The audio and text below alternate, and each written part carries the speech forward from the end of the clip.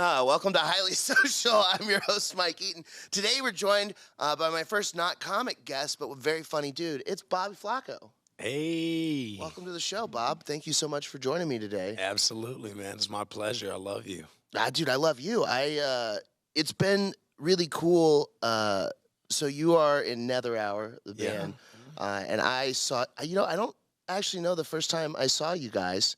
Because in like the first month of seeing you guys, I saw you like every single night. Right, yeah. And it's usually late night stuff, so we're always having fun. Yeah. But yeah, I mean, we just hit the ground running, and got picked up by the right crowd, and now we're closer. Okay. Yeah, we got picked up by the right crowd, and now we're rocking and rolling. You know what I mean? It seems like we got a good thing going. Yeah, man, and you guys are so integrated with the comedy community. It's so fucking cool. Yeah, I mean, I love it. I love comedy. I feel like, as musicians and comedians, we're one and the same in the sense, like, we kind of want a little bit of what the other one has, you know? Because without my instrument, I wouldn't feel the security y'all do just going up there with a mic to talk and fucking just, Yeah, but also yours just way cooler, dude. No, I mean, you know how cool music is? Yeah, I mean, I think they're both cool. I like, girls like whenever we can make them laugh and shit, too. And dudes. Yeah.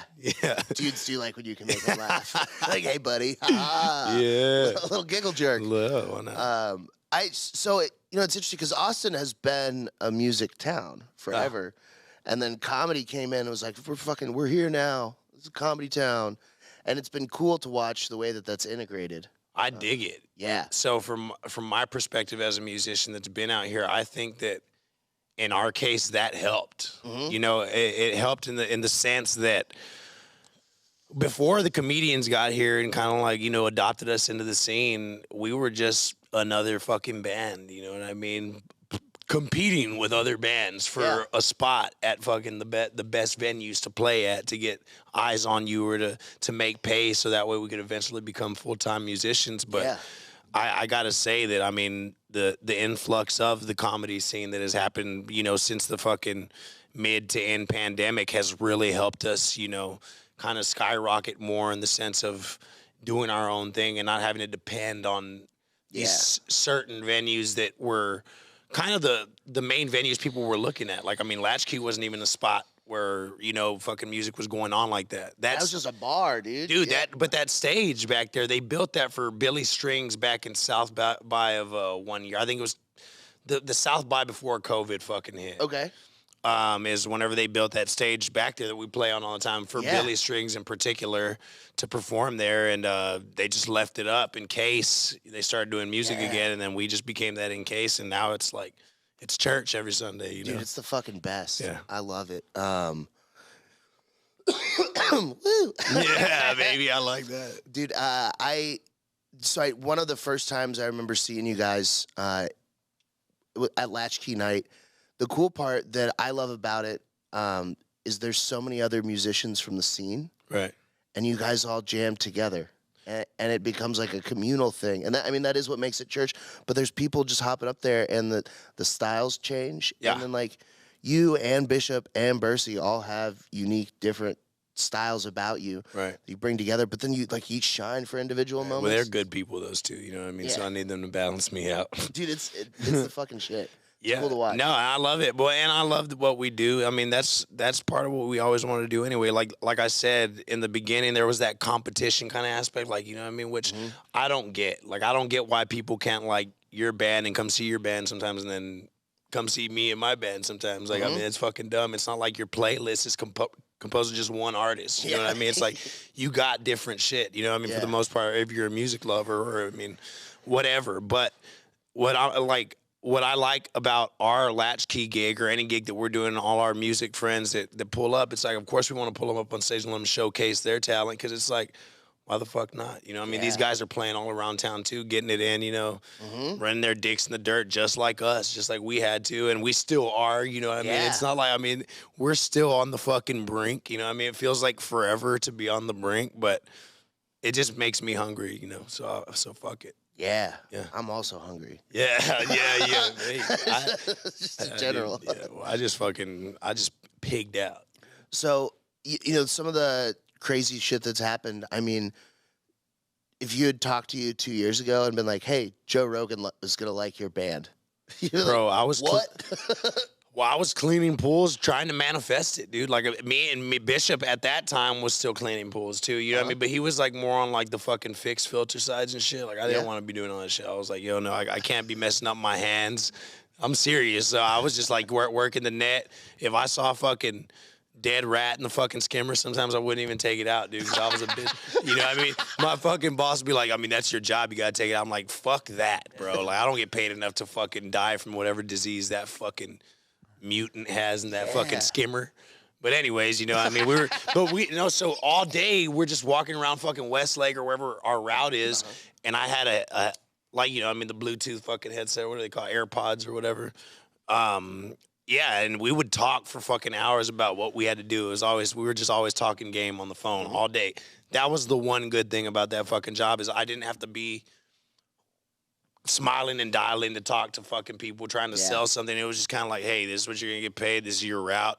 You come in when you do, you finish when you do, clock out, do it for fucking, you know, started 5 days a week, work my way down to 4. Then it became only. How many housewives did you fuck as a pool boy? So, you know. It's not zero. No, it's not fucking zero. It is zero. No. Unfortunately, it's fucking zero. But I would like to, you know what I mean, if I could start my own pool company one day, you know, that's a perk, you know what I mean? That's a fucking, you know, it's a certain kind of fee you're paying every month, you know what I mean, for me to throw some extra pool rod, you know what I'm saying?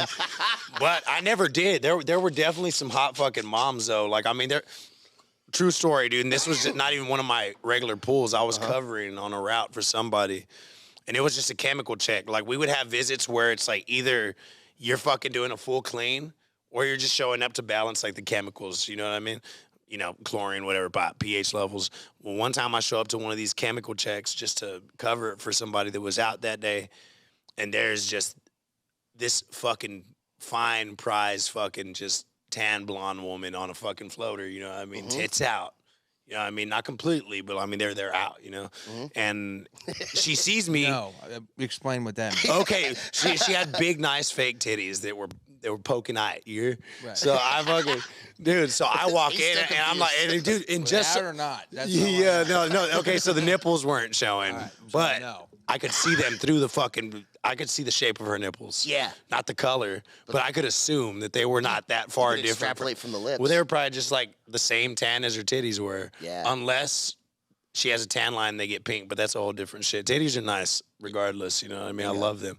I walk in and I say, hey, I got to let her know I'm there so I don't spook her. And she's like, oh. Like a horse. Hands up the back like, I startle her. I didn't want to fucking startle her or whatever the fuck. So I walk in, blah, I'm just like, hey, just here to check your pool. You know, and she's like, oh my God, for a minute I thought you were my stepson.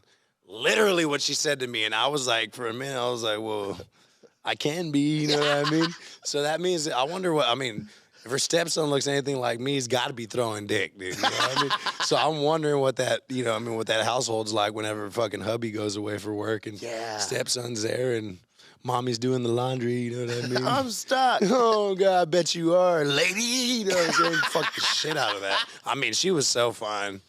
Oh, dude, that's so funny. Yeah, well, that was one instance, and then another instance, there were these two lesbian ladies that I cleaned pool, and they could both get it. Oh, my God. Yeah. I mean, just always traveling back and forth to tell you, right? I mean, money. Like, these people had money. I'm just like, man, I would just love to be made into, like, a fucking little Mexican meat sandwich one time. Just know what it's like. Yeah. They'll take me out for a little nice dinner or something, never talk to me again, whatever. Yeah, turn me into a torta. You know? Yeah, a torta. Wow, a torta. Let's go. Fuck it, let's go, dude. Dude, I don't know what it is, but I think there is something about like just the there's no amount of game or anything that I could spit at a lesbian that's she doesn't like dick. Well, I think they just get mad if you do have game. Like this happened to me. I've been in a tug of war battle with a girl that was gonna go either way. Ooh. And it was gonna either be that fucking fine ass lesbian that was fucking throwing game, bro. Or it was gonna be me, and you know what I had to play? I couldn't be fucking. I wasn't jabbing. All I was doing was dodging and bobbing and weaving and smiling from the sidelines. Like, no, I think that's cool. I mean, she's obviously like really into you. she's really into you. You should go with her. She seems like she's upset that you're not going with her. Yeah. And the more I just did that, the more she just got mad and just fucking spiraled downward. So I got a good mental game when it comes to pulling bitches, dog. Also, Mike, you might be a lesbian's type. Yeah, that's a distinct possibility. That's what it's like. I used to think like lesbians were so fucking hot. So it's like I want it because it's not possible. Y'all are all Does that definitely. make sense? Am I retarded? Yeah, no, it's not retarded. It does fucking make sense. It's so funny. All like some Warped Tour fucking goddamn. For sure, dude. Alumni. You know? I definitely would be there in like checkered Vans and my Oh band my shirt. god, yes you would. And a girl with a nose ring would come up and be like, "Hey, you yeah. you a dude?" Yeah, exactly. No, I always loved that kind of girl. I don't know if you call it what, emo or goth. I don't want to sound like a fucking dickhead, you know what I mean? But at the end of the day, Big titty goth bitches. yeah, I love them. Yeah. I love them. You know, even though I'm They're in the zeitgeist again. yeah, they're started they're popping up. fucking great. Bangs and shit. Lip Yeah, piercings. Casey Rocket's wife, Amanda Pandemonium. Oh, nice, cool. Does she like sing for emo group or something? No, she was a Hell's Angel for a long time. Oh, Yeah. whoa, that's fucking. She's in her gangster. 60s, but she is his big titty goth girlfriend. Oh, okay. Amanda Pandemonium, but Nice. his wife, yeah. Okay, well, she's probably whacked a few motherfuckers if she was in Yeah. the Hells Angels. I know. I worry for Casey's safety sometimes. Oh, dude, he's gonna be all right. Casey's a goofy goober. He is. He's been on a Worm Report hiatus. We're hoping he comes back soon. Yeah, He's dude, been I hope out so. there doing some worm research. Well, I'm pretty sure that he's got a lot of fucking lost time to make up for in the worm world. Yeah. As far as that goes, you know. No kidding, dude. So you have you pull bitches, so you're good at that. You got good mental game for bitches. Yeah. No, hey, you know what? Fuck it. We're here. We're having fun. Yeah, dude. you Yeah, know. we're on a funny podcast. But so I think one thing that a lot of people look at in musicians are like, oh, rock stars. Right. I was talking to a friend the other day, and he was saying that there was someone that couldn't get laid, and so he was like, "Dude, play an instrument so you can get laid." You know? Like, just learn an instrument; it'll help you get laid. And I've heard that advice from lots of people. So, like, you know, do you think that they're like, do you have like super cool rock star moments? It correlates, right? Yeah. Like with that fucking logic, it's definitely true. But the same thing is with playing a sport. You know what I mean? Like, being good at something, like having a fucking talent definitely gives you an up, because, I mean, that's what it is. I mean, nowadays, I mean, you just got to be a good fucking TikTok dancer and you can fuck anything you want. It's insane, you know? But there was a time where playing the guitar, playing an instrument was going to give you that up. And, I mean, that's not really why I did it. I did it because I was, you know, I mean, a crazy fucking kid that needed an outlet. Yeah. You know, but as time went on and I became sincere in doing that, you know, people were kind of just drawn to that world too. It's like, hey, this dude don't have a fucking care in the world aside from that guitar and whatever he's doing. You know what I mean? But really, they didn't know I was on a lot of drugs. You know, so that helps numb the pain too.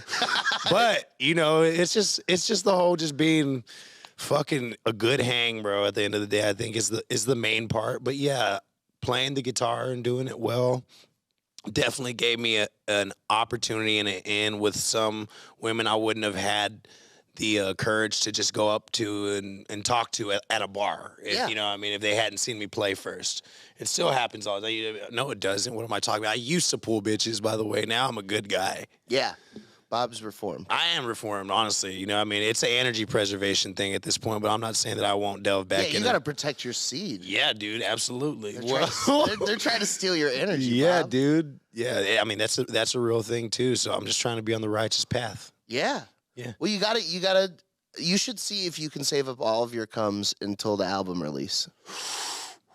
I like jerking off, dude. I'm not gonna fucking lie, bro. I cranked one out before I even came. That's why I was like, Darian, don't leave. I'm like scrambling for my shit. I'm like, keys, wallet, phone. You know what I mean? Keys, wallet, phone, comes. All right. Let me I make got sure there's no everything. cum knots on my fucking leg hairs. You know what I mean? But that's why I didn't wear shorts. I put these fucking joggers. I don't wear joggers. You know, I don't. But today I wore them, and I'm going with it. Yeah. I leaned in. I got the Jeremy Scott fucking flaming fucking goddamn Adidas slides right here. I'm just ready to be a fuckboy. Guy Fieri's? Yeah, dude. The Flavor Towns, dude? Yeah. The fucking Flavor Towns, Triple D, baby. I fucking love it. I forgot to introduce him. Darian, how are you doing today?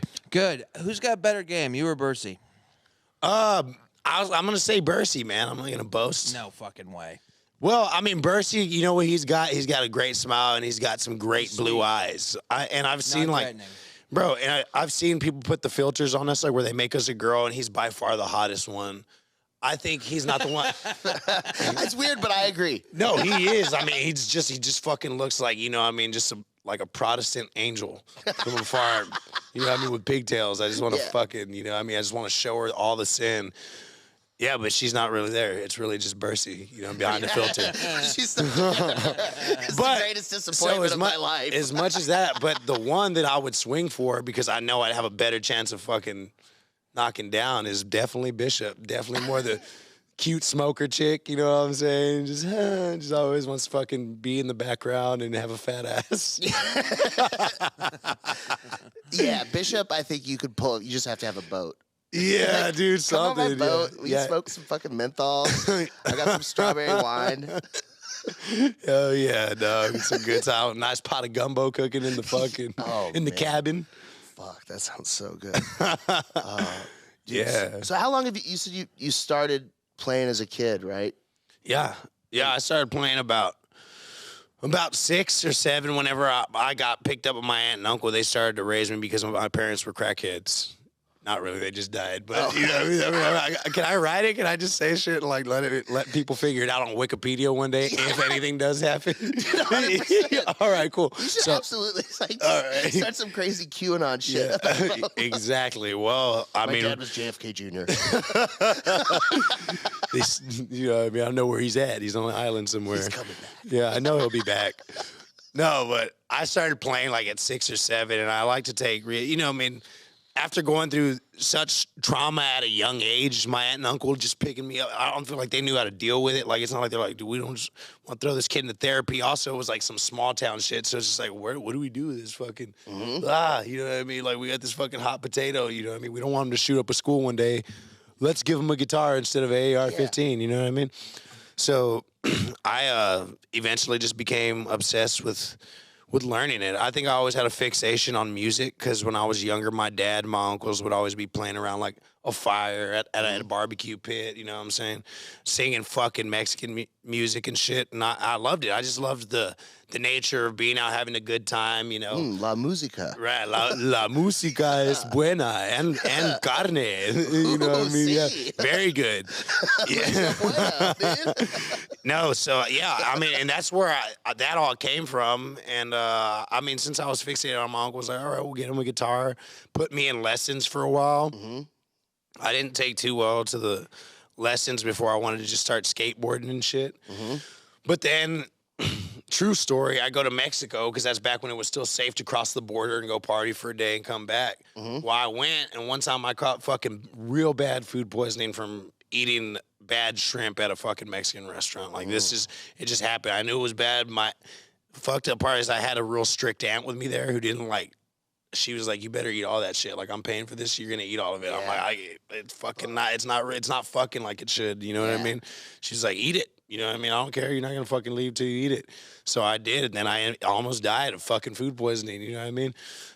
For like a week and a half, I was out of school. That was the longest I'd ever been sick and out of school with just this stomach bug that wouldn't go away until they took me to the hospital and put an IV on me. You know what I mean? So I'm at home just fucking eating dick the whole time. Fucking saltines, Gatorades, and Sprites. It's not doing it. I'm just fucking hogging it and shitting it all up. You know what I mean? Yeah.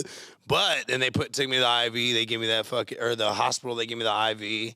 And boom, the next day I was back on. But I had become so fucking weak and everything that I was just too scared to do the shit I was doing on a skateboard. You know, I was pretty decent for being, it was in 6th grade when this happened.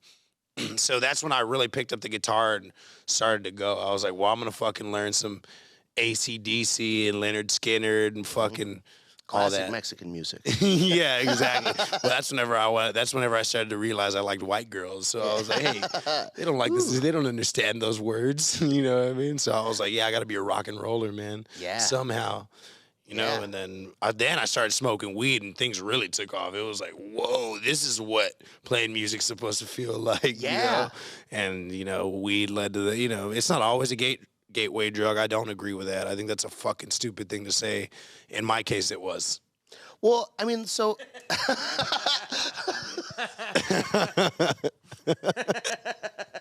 damn it. It's retarded, but also it was true for me. Yeah, it really was that. It's like it started there, then fucking next thing you know, I was doing whippets before they were actually whippets. They were just Whipped cream cans? no, it was Axe body spray. I would literally put I would take bag? like a little fucking hand towel from the bathroom. You take the smallest square one, I right? remember kids used to do this. And you just keep it fucking folded. You know what I mean? You don't want to unfold it so you don't get too much Axe in your mouth, right? So you're just spraying, hoping to catch whatever fumes are coming through, whatever. And I mean, bro, the first time I did that and I hit the ground, I started doing push-ups. I felt like I was Chuck Norris. Like I felt like I was pushing the fucking world down. I just couldn't stop laughing and drooling. I was like, wow, what have I been missing all this time? And then Drugs rule. that was bad. That was a bad phase. That wasn't even drugs. That was Axe body spray. Yeah, it made me feel what drugs do. Yeah. I used to do that with whipped cream cans. I would like,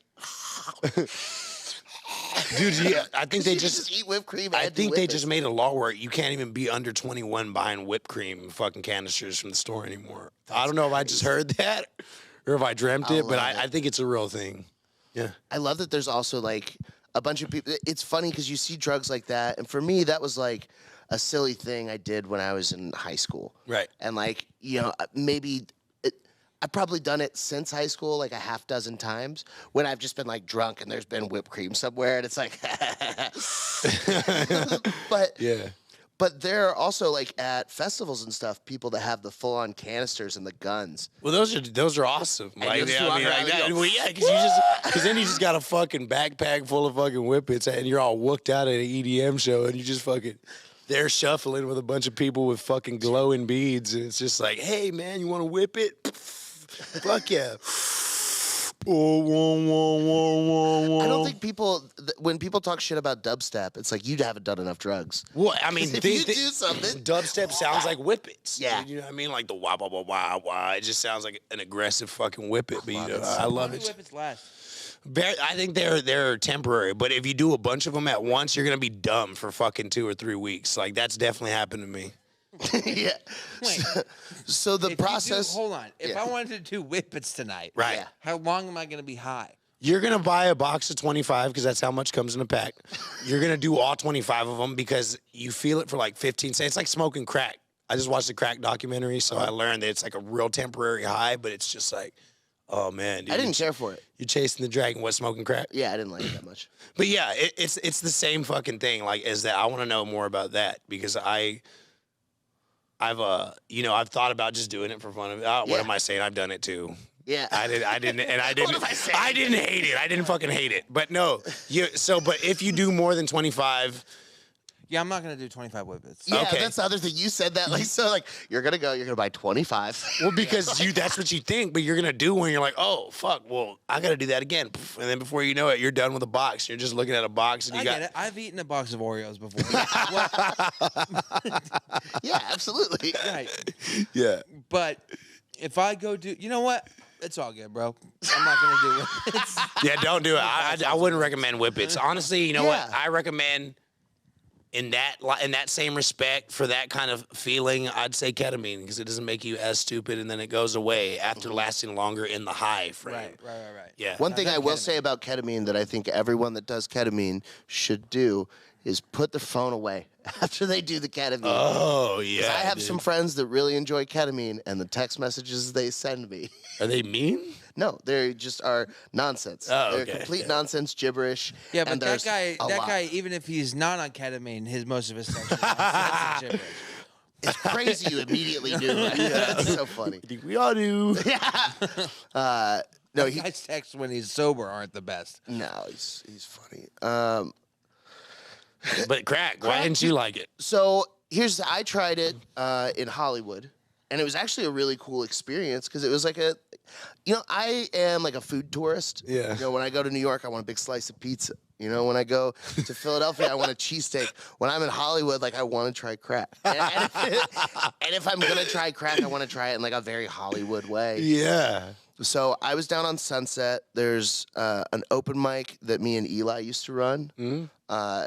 At this place called the Moment Hotel, and it's right across the street from the Guitar Center that has this big, beautiful Jimi Hendrix mural. Yeah. So it's a cool backdrop. So one night after that's all finished and we'd had a few drinks, we're walking, and a dude in a suit popped out of a bush And we're like, hello, we would like to purchase some crack, please. And not that way, but, we sit in, and then we gave him $40, and he went and pulled a bag out of his grill, and then it was like, well, let's get $20 more.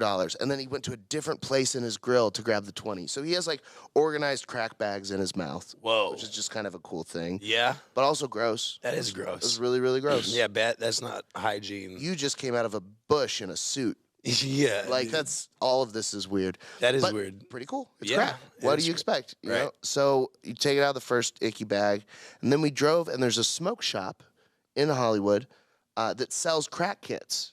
And it's just a little glass tube with Brillo and a lighter. Yeah. And it's like $3.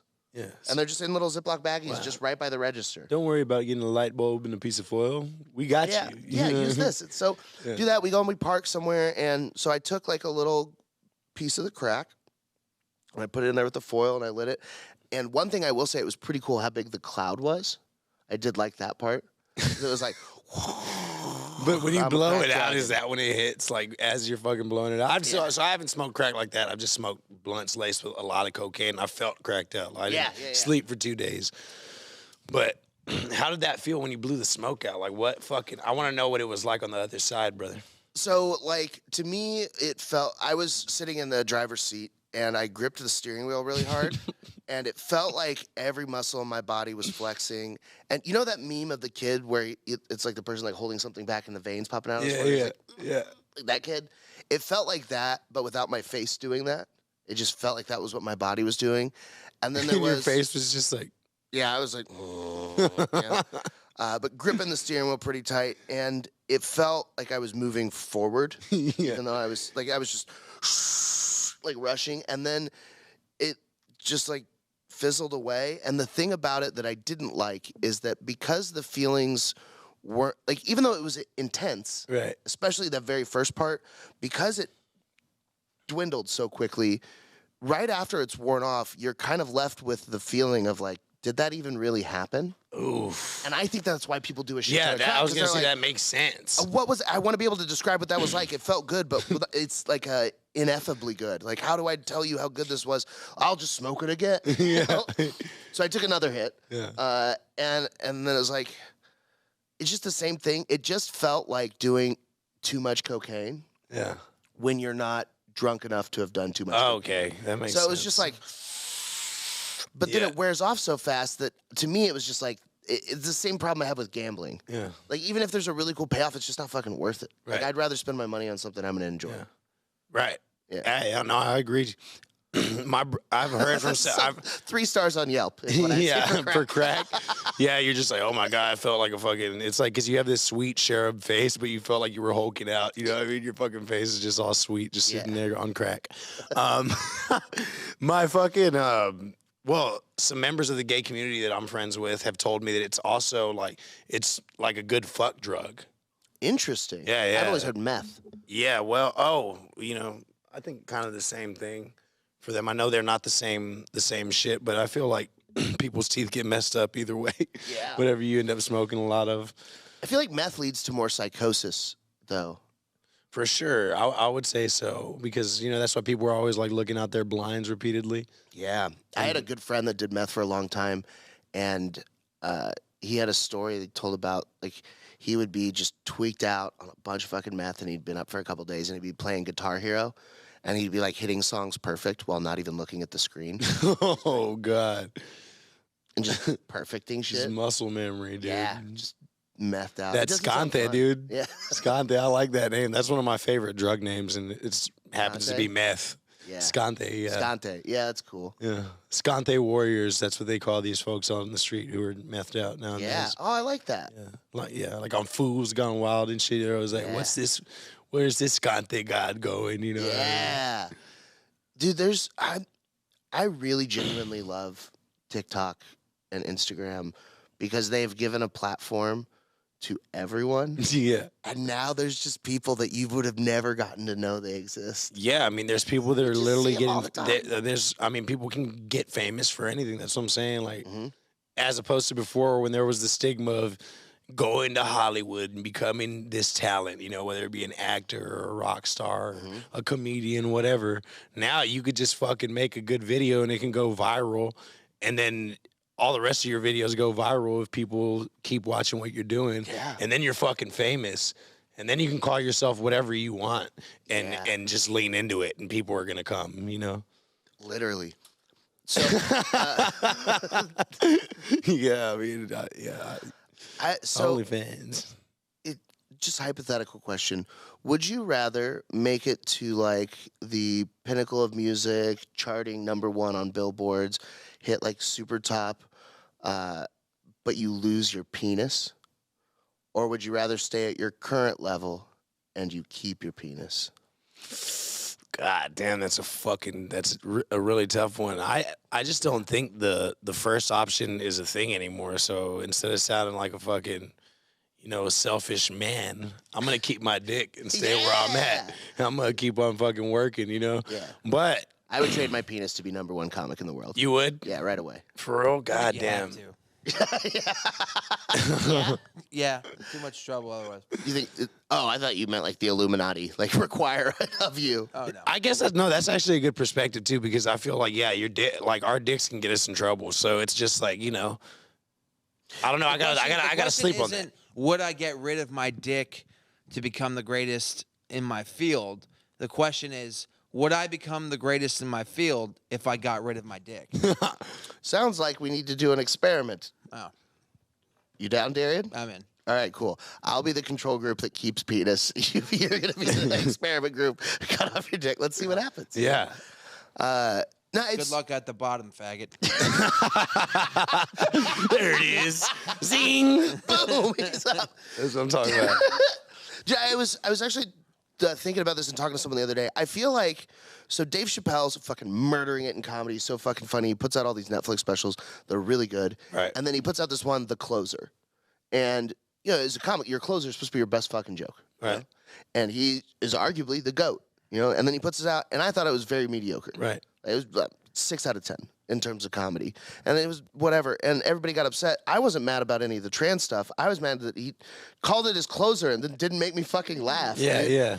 But he, for the past, besides the trans contention around him and that stuff, he's been pretty untouchable in media and has been making just fucking bank. Right. Whereas Louis, who I think was the other arguable GOAT, he's, you know, at a steady clip, and then he gets canceled.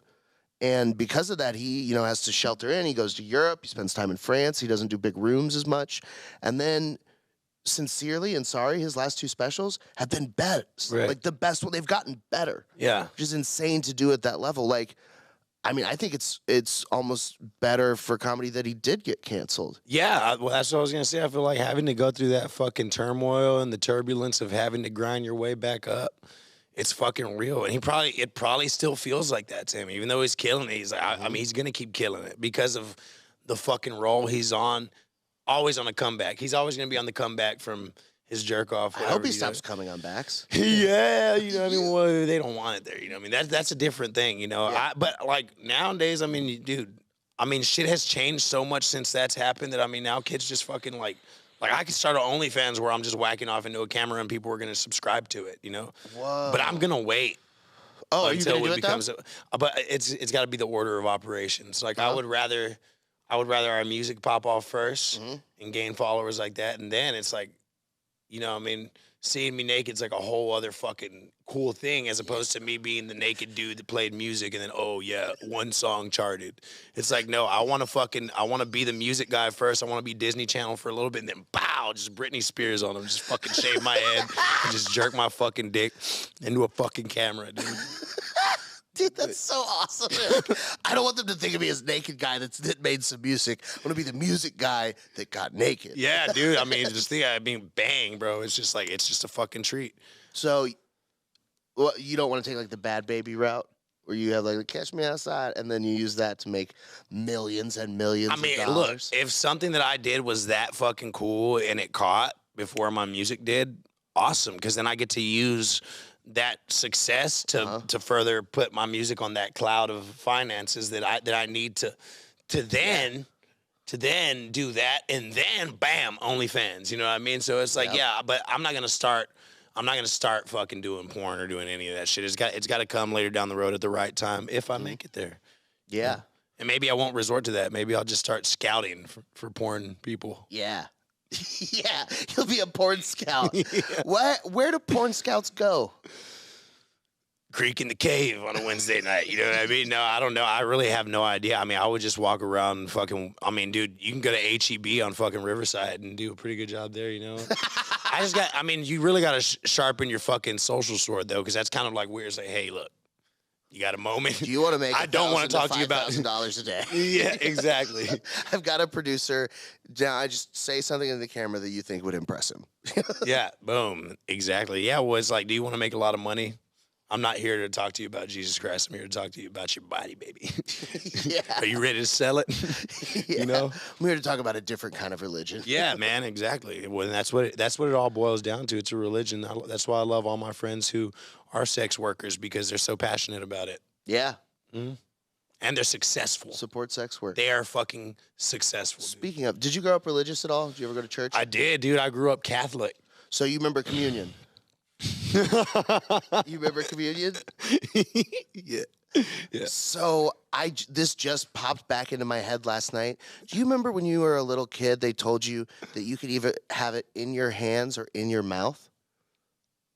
And that was like for the communion thing, they're like, you can either go, and then they'll put it on your tongue, or you can go, and they'll put it in your hands. I used to just do it like that. You know what I'm saying? Yeah, I always did mouth. Yeah. I was like, And it shows. I was like flirting with the priest or something. But I never realized, like, until literally last night, how fucking creepy that was. That you're like, yes, my child, open your mouth for me. Yeah, yeah, that is fucking weird. For the guys that are like the most in trouble for kid fucking? Well, they're just supposed to be the conduits of fucking God, but then at the end of the day, it's really just one big fucking mafia scheme to fuck kids. You know what I mean? He's putting a man's body in your mouth and then giving you booze as a child. Drink Sounds this like wine, I grooming want to put me. some man in your mouth. Yeah, dude. That's what communion is. It is that, and so many of us have to go through that. But imagine the kids that got to go through communion at fucking Neverland Ranch. That's a different kind of communion. I don't think I would have been upset. No, I would have been way cooler with that. Yeah. If I could have gotten molested by somebody famous, are you kidding me? That's way, you can't argue that it's not cooler to get molested by a more famous person. Like, oh, it's just your fucking uncle who's like an IT guy. Who gives a shit? Michael Jackson fingered you? Yeah. Yo. Dude, that's sick. Are you kidding me? Fuck yeah. Dude, you let R. Kelly pee on you, you can make songs, you know? There's all, like, I love it. Who else has been famously molested? The kids Jared slept with. Where do you think they are now? Oh, the Subway guy? Yeah. I have no idea. Because his were, I think, like high schoolers, right? Yeah. There was a baseball player, R.A. Dickey, for the Mets. Yeah. That won, I think, a Cy Young at one point. He got raped as a child, though, like 8 different times by like Whoa. 6 different people. He must have been the most attractive child ever. Just statistically, Yeah. that was the hottest kid. Yeah. Or just dumb. You know? Yeah, so, I mean, Just walking yeah, around with I his want mouth to think. open or Like, something. now I want to figure it out. Either he was just that fucking hot. Can you pull up a picture of R.A. Dickey as a After kid? 7, you have to be going, maybe it's me, dude. Yeah. I mean, after like fucking 3 or 4, dude, I mean, we're going to be a buck. This dude was a Major League Baseball player. Yeah? Cy Young winner. Yeah. Oh, wow. Well, I mean, dude, this guy definitely could probably hold his Sounds like a own. Major League hottie, dude. Yeah, exactly. There you go. Well, I'm saying he could probably hold his own if he needed Yeah, to. he was sounds used like to a it being strapping young fast lad. and inside. So, I mean, this must have been 8 really strong fucking men. Go on, keep going with baseball jokes, Mike. Oh, it's 7 strikes and he was out. Oh. How many balls till he walked? Fuck, I think that he didn't like choking up on the bat. He's a pitcher. I'm out. The first pitcher would also be a catcher. That's amazing. See, those are tasty licks just coming off the top, man. You know what I mean? Yeah. Dude, it's so dumb that, like, Darian and I have talked about this recently, but doing comedy under 10 minutes is almost just a party trick. Mm-hmm. You know, you can kind of just, it's a joke. And you, like, even cadence, you can make people laugh sometimes. But then you see people that are, like, really on the edge of it. Like, when I watch like Stavros and his crowd work clips, you see how fast his brain works in just a comedic way. Right. It never is like analytical. It's always just like, how is this funny? Yeah. That's fucking great. Yeah. It's such a, but then like you train that in social situations and you end up saying really stupid stuff. Yeah. Well, I mean, like in a regular social setting, yeah, you can go wrong with just spewing fucking words off the top. Whenever you're swinging for the fucking fence. In y'all's case, most of the time, you're gonna get a lot of fucking softies, you know what I mean? I mean, even just at Cutthroat, dog, whenever it's the fucking karaoke time, like people got mad that somebody chose a fucking R. Kelly song. I wasn't there that week, but I heard that somebody got real upset, went and grabbed the mic and was like, nah, y'all ain't gonna do this song here. And it's like, who the fuck are you, one? Two, like, chill out. Like, you're the one making that a thing right now. Like, we're just trying to hear a song. We're not trying to watch a tape of him pissing on somebody. Yeah, you know and also, isn't this better? This is not him singing it. yeah. It's not even him. Dude, R. Kelly's not even here. Like, thanks. Yeah. You're just making someone else sad that was trying to erase his memory. Right, but yeah, no, that's what I'm saying. It's hard to be just out there in public fucking, trying to sharpen your sword just around anybody. But the good thing about Austin, this is why, I mean, anywhere I've gone recently, I'm always fucking 3 days in, I'm ready to get the fuck back because there's no other place like this right now. I mean, I don't know what the fuck Hollywood was like whenever it was there, but in some weird way, I feel like this is turning into some fucking spaghetti western fucking Texas version of that, It's the roaring 20s all over again, just in 2020, not fucking. Dude, 1920. Like it used to be when I moved to LA, the reason that I decided like, fuck it, I gotta move here was that like nights at the store, you would see so many of just the biggest names in comedy. Yeah. And then you'd go out on the patio and you'd drink and you'd buy a drink from the bartender, Punky Johnson. Right. Like it was just insane. And you would talk to these comics and they're nice, they're people. And it made it approachable. And it was like, these aren't celebrities or gods or, titans of industry. These are just funny people hanging out at their favorite place. Right. And that energy is translated through all of the ranks. So even at my level, I had the people that were my peers, and we would hang out there. And, one of us might get up on a open mic thing there or something. But it was so fucking cool. And then when COVID hit and the store shut down, a bunch of us were just like homeless for comedy because you couldn't go anywhere and there wasn't a place you could go hang. And you could have a couple people over and stuff, but it wasn't the same. And then now, like the back patio at Creek or hanging out at Vulcan. I mean, fucking Monday, it's Mark Normand, Ari Shaffir, Shane Gillis, Joe Rogan, and Tony Hinchcliffe and Brian Redband all in one room, cracking jokes, making fun of people at Kill Tony. And then, last night, Brian Simpson and David Lucas are there. Yeah. I mean, it's just fucking wild that all of these people that are the best comedians are just hanging out in the city. Right. Well, that energy is insane. It's coming here. I mean, it's definitely in the air. And I don't think that part of it's going to slow down, Mm-hmm. I saw recent articles where they're trying to say Austin's not the place to move no more. It's like, yeah, that's a good thing. But the right people are fucking moving here. The people that are doing something or on their way, to doing something, they're coming here, Yeah. And anywhere else I've been, fucking Nashville, Denver, the other cool cities, they're fucking dull compared to what it is here. Just the vibe, bro. I'd rather be around these homeless people instead of those ones. For sure, Dude, I love visiting the other places. It's really cool, and it's very nice to taste the other flavors of cities like that. Yeah. Like Denver's awesome. It was really fun, but I disagree. Real, you didn't like it?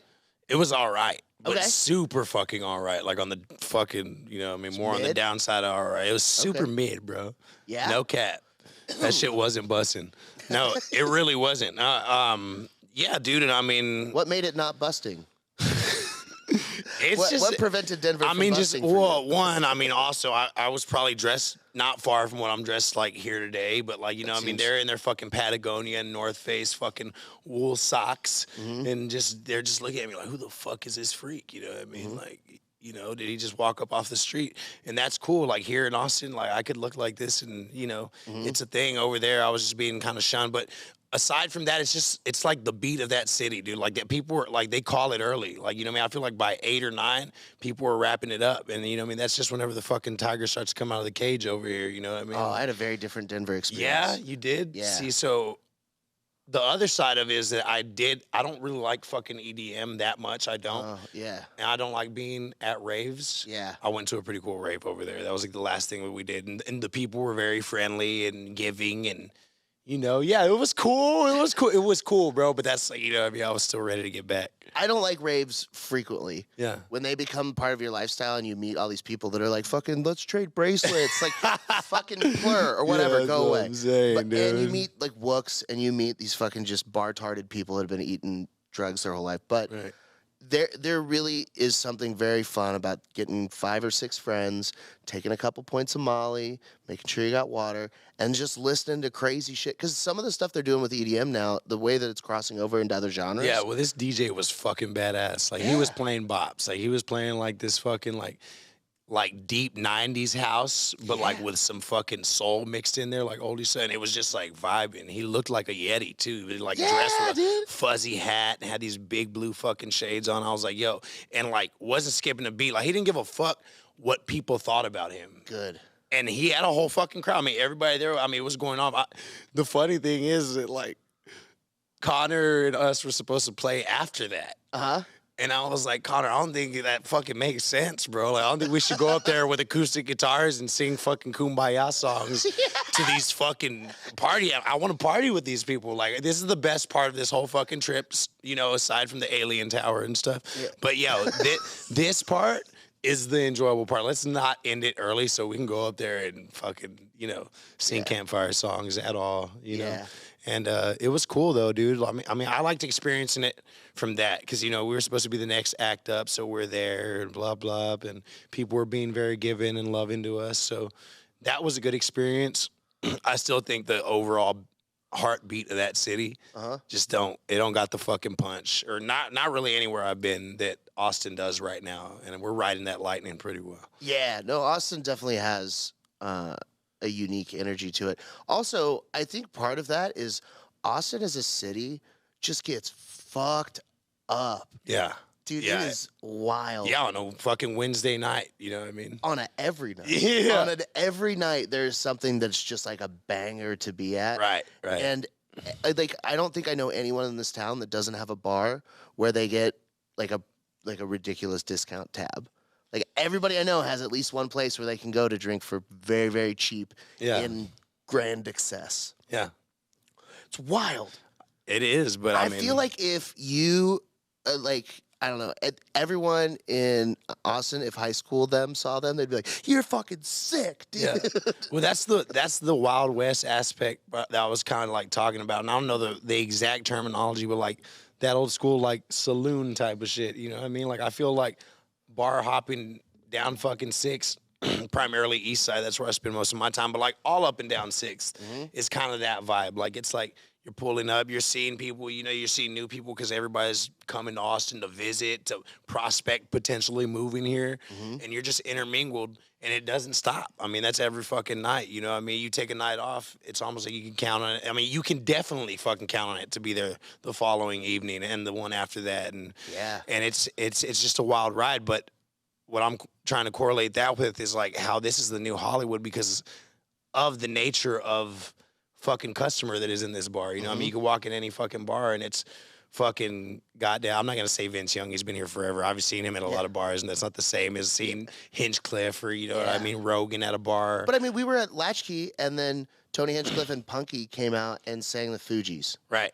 You know, like, that's pretty fucking crazy. That's awesome. And it's also really fun to see the people there that are just like Austin party people that have no context, that like don't know Tony, don't know Punky. Right. Like, they have no idea that those are two hugely influential parts of media and entertainment. And like, they're just like, why is no one booing? They're not very good. Right. Are we supposed to cut? Like, there's be like, do we cut? Yeah. It's like, you shut the fuck up, they're royalty. But that's fucking magic within itself. And for some reason right now, this is where people are choosing to be. And I mean, that's how it happened for us, bro. Like, that's what, you know, and that circles back to how I was telling you we were cleaning pools and they cut down in 2 days. I mean, we wouldn't be where we're at if fucking Tony didn't walk in and see us one day. He was one of fucking 5 people there. Him and Sayla walked in to have some tacos where we were playing on fucking Rainy Street. Liked what they heard. Called Ron White. He fucking pulled up. with his dog Mustard. They stayed the whole time. We smoked weed together. We chopped it up. They're like, y'all doing this a lot. You're going to be here every fucking day this time.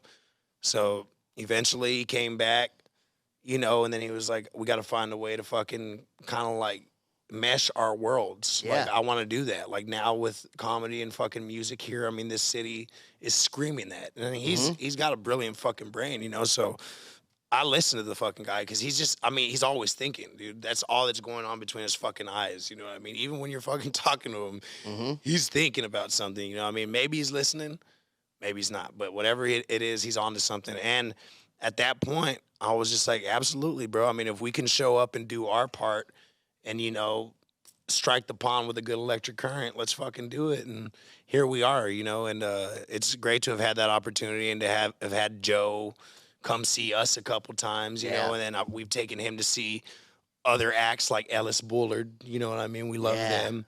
That's our fucking sister honky tonk band, Yeah. Shots to them. But it's just, I love what's going on, bro. I love that we're all always there watching each other fucking throw fuel in the fire, like we're all trying to get better every time we do it. You're always chasing your best fucking set, Yeah.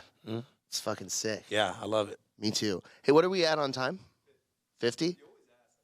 I know, it's wild. Like, I get like a little itch in the back of my neck. You got an internal clock. Yeah. And you're hungry too, you said. Always. But I mean, that's just that's just how I exist. Darian, you've been working the shows the last 2 nights, these crazy Rogan shows, right? Yeah. How's that been? Great. Do you have any good stories? Super fun. Not that I want to tell publicly, but a lot of interesting things have definitely happened. Hell yeah. Not for me to say on the podcast. No, I didn't mean that story. Yeah. You told me, I just, I was like, hey, I'll be tell me. honest with you, that's the only one that I think about. I'll tell you off air. Yeah. But no, they've been great, man. It's been Protect Our Parks, I guess. They recorded on Monday. And then did Kill Tony that night. Show was awesome. People were stoked. They brought up Rogan halfway through the show, and people lost their They're fucking mind. smashed, too. They showed up fucking smashed. And then the lineup for the Joe Rogan and Friends show on Tuesday was stupid. It was like Hans Kim, Eddie Bravo, then I think it was David Lucas, Brian Simpson. Who went after Brian Simpson? Was Shane and Ari were here. Ari Shaffir, then Shane Gillis, then Tony Hinchcliffe, then Joe fucking Rogan came out Wow. in an hour. I mean, Jesus Christ. And the next night was crazy too. And people were fucking buying tickets to see Rogan and have no idea they're going to pull up to that fucking show. That's another thing that I love about it. Like, it's a fucking draw of the hat kind of occurrence. You know what I mean? Like, But it's always good. yeah, dude. I mean, it's always going to be good, even if it's just fucking Hans, fucking Tony, and Joe. But, like, then you get a night like that, for instance, and that's starting to, happen more frequently. I mean, more people are moving here. Yeah. Absolutely. Yeah. And it's Love gonna, it. and then when the mommy ship is here, Oh, yeah. Soon. I'm soon. so excited. Also, I'm never going to call it anything but mommy ship. Yeah. Well, that's gonna be the fucking spot. Mommy ship. I know it's gonna be a whole ass vibe, and I can't wait. Fuck yeah. So the album's coming out soon. Yeah. I mean, I heard without even having any fucked with, just the recordings are unreal. Right. Well, it's finally professional grade, dude. You know what I mean? We've been shooting for this our whole lives, I think, and we finally found it's fucking business too, dog. Like the whole shebang of it. You know, I mean, finding a sound and realizing that you've got it. You got to like almost prove it to yourself that you've got it by putting in the fucking work, pulling in a crowd, having the repetition and having the consistency of the draw. You know, to really know that you got it. And once we learned that and we had some money in the bank, we're like, well, let's fucking do it. It's been time. We've all known it, but like we finally found the right people. You know, I mean, we had guidance from, you know, some of Gary Clark's folks on where to go. You know, I mean, a studio that was in our means. But I mean, I couldn't even have imagined going to a better studio than Orb. You know, right over here. I mean, shouts out to them, love them. But I'm looking forward to it. Like I said, I think we got a fucking banger, dog. Yeah. From top to bottom. Absolutely. 11 songs, rattlesnake gumbo. Yeah. Yeah. So fucking exciting, Yeah. dude. So if people want to check out Netherhour, where's Well, I would recommend, you know, I mean, if you're going to get online and listen to our music, we got some stuff on Spotify. It's all really live recorded in our house, so it's not it's not what you're gonna get if you come see us live. Is what I'm trying to say. If you come see us, I mean, we're at Latchkeys Sunday and Tuesday. You know, the time varies depending on the weather and like football season and shit. But that's where we're at. And if you're following us on social media, Instagram mainly, at Netherhour, you'll be able to see where we're at. And I mean, we play every Monday for the Kill Tony after party. Yeah. And now we're doing Copperhead Club on Riverside, which is just the dive bar of Jackalope South Shore. Oh, fuck yeah, okay. So that's going to be our Thursday residency for a while, you Nice. know, for the foreseeable future. And I love that we're able to be like that local residency kind of band at our fucking caliber, because I think that's what's helping us curate the whole fucking vibe of what Woodstock 69 kind of did with music, you know, bringing people together and, you know, peace, love, hippie shit, you know what I mean? Sex and drugs and good vibes, you know. Yeah. It's all part of it. And I think the more we just keep persistent, drop this album and keep working, it's gonna work, I think. I wanted to ask you that I forgot, but you brought it up earlier. You said that, you know, instead of having a gun and shooting up a school, you were glad you had a guitar. Do you think that would be something that you could do to help the mass shooting problem in America, is if you just started teaching incels guitar? Yeah. Do you think that would help? I mean, maybe, you know what I mean? Absolutely. I think that there is an outlet for everybody, and sometimes people just don't feel heard, you know what I mean? Like, I feel like those particular individuals, you know, who's to say how troubled they are? And I mean, that's all perception too, bro. I mean, it could be, you could have a kid that's been through fucking the dog shittiest life in a third world country get over here and have the brightest smile and go about his day like not shit happened. But then you can have a fucking kid that grew up perfect life, get fucking tripped in school in front of his crush, and he flips out, and then that was it. You know what I mean? That's the end all be all for this particular character. So he lashes out by shooting up a school. So I would hope that anything I could do to help prevent those kinds of occurrences would work. But I feel like, well, now anytime that one happens, I'm going to send it to you. Be like, you should have taught him guitar. Oh, you son of a bitch. You fucking son of a bitch. Yeah, hey, dude, this is your fault because you could have been teaching this kid guitar instead. Yeah, stop being so selfish. Oh, my God. God forbid. No, dude, I think it's fascinating that all the people that, like, just can't get laid, and that, I mean, that's ultimately what it comes down to, like, every time. Yeah. Right? Yeah, so then really it's women's fault. Women's fault. Yeah, exactly. Okay, all right. So, we solved it. We solved it. Or we replace all the guns with guitars. Ooh. Yeah, dude. No. Interesting. I mean, that's a good concept, I think, you know, but I think But then do the guitars, then you have to take the guitar to the guitar range? Yeah, dude, you got to go fucking. What are we going to use in war? Guitars. Ukraine's There is fucked. no war because music breeds love, brother. Ukraine and Russia are just jamming at each other. Louder, dude. Yeah, dude. Dude, drone strikes? No, I mean, now that we really are onto it, I really think that, I mean, more girls should just be nice instead of just having a fucking, you know what I mean? Suck a dick for a change, you know what I mean? Yeah. You fucking prude. Stop school shootings. Yeah. Be more open with and giving with yourself. Stop school shootings. Suck off that weird kid. Exactly. Bang. For sure. That's the tag right there, baby. That's why I wish that, like, all of the sexuality and stuff. I had this conversation with Robin Tran, who's a funny comic who sometimes I disagree with on things. She's a very outspoken opponent of Dave Chappelle. She's also a trans woman, so it's fair.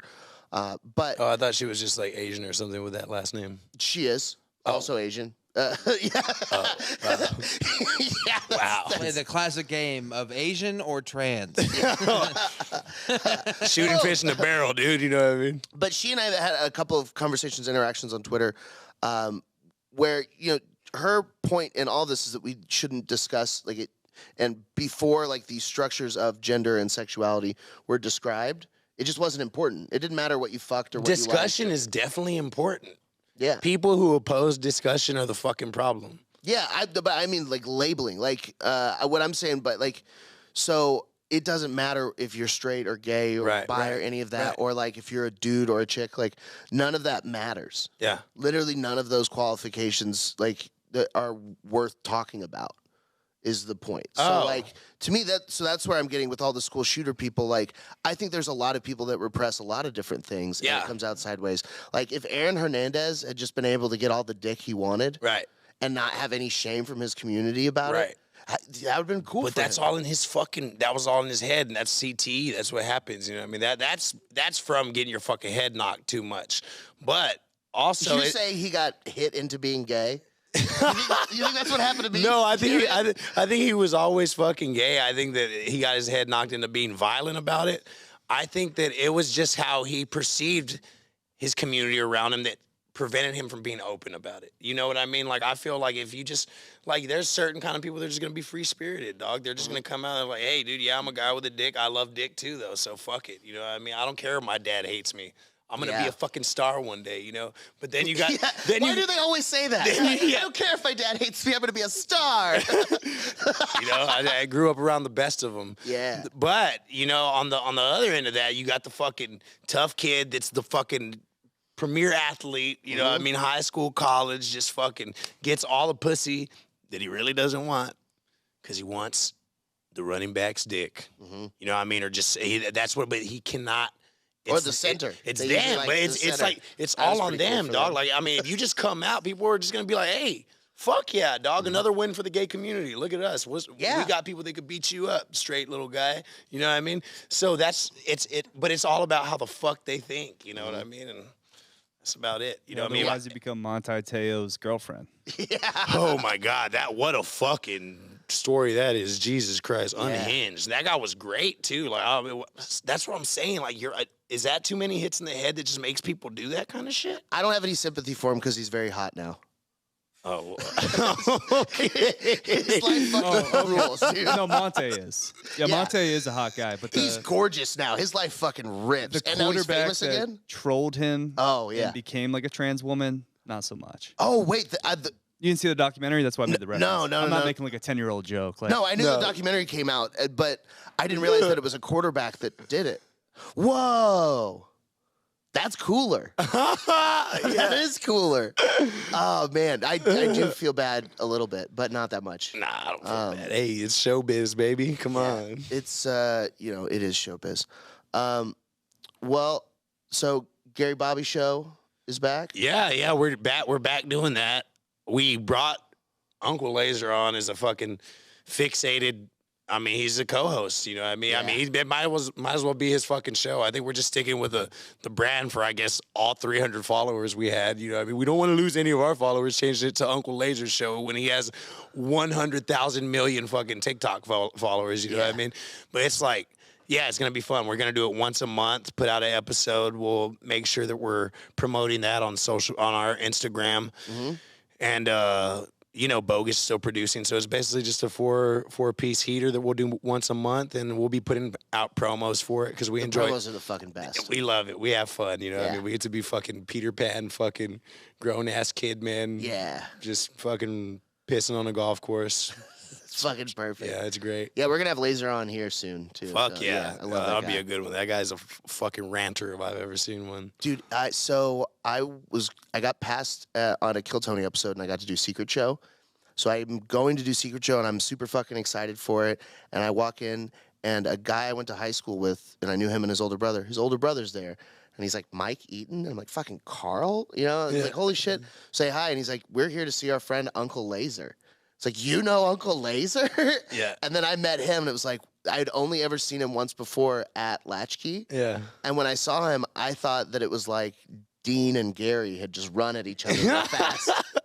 I was like, no way. And then I saw him at the music video. Yeah. And then I see him perform. I was like, this guy's a fucking phenom. He's just, Yeah, that dude's got rattlesnake venom in his fucking veins. yeah. Ready to go. It's cool. That is, this city's fucking awesome. Yeah, I love it, man. I'm looking forward to fucking everything. Yeah.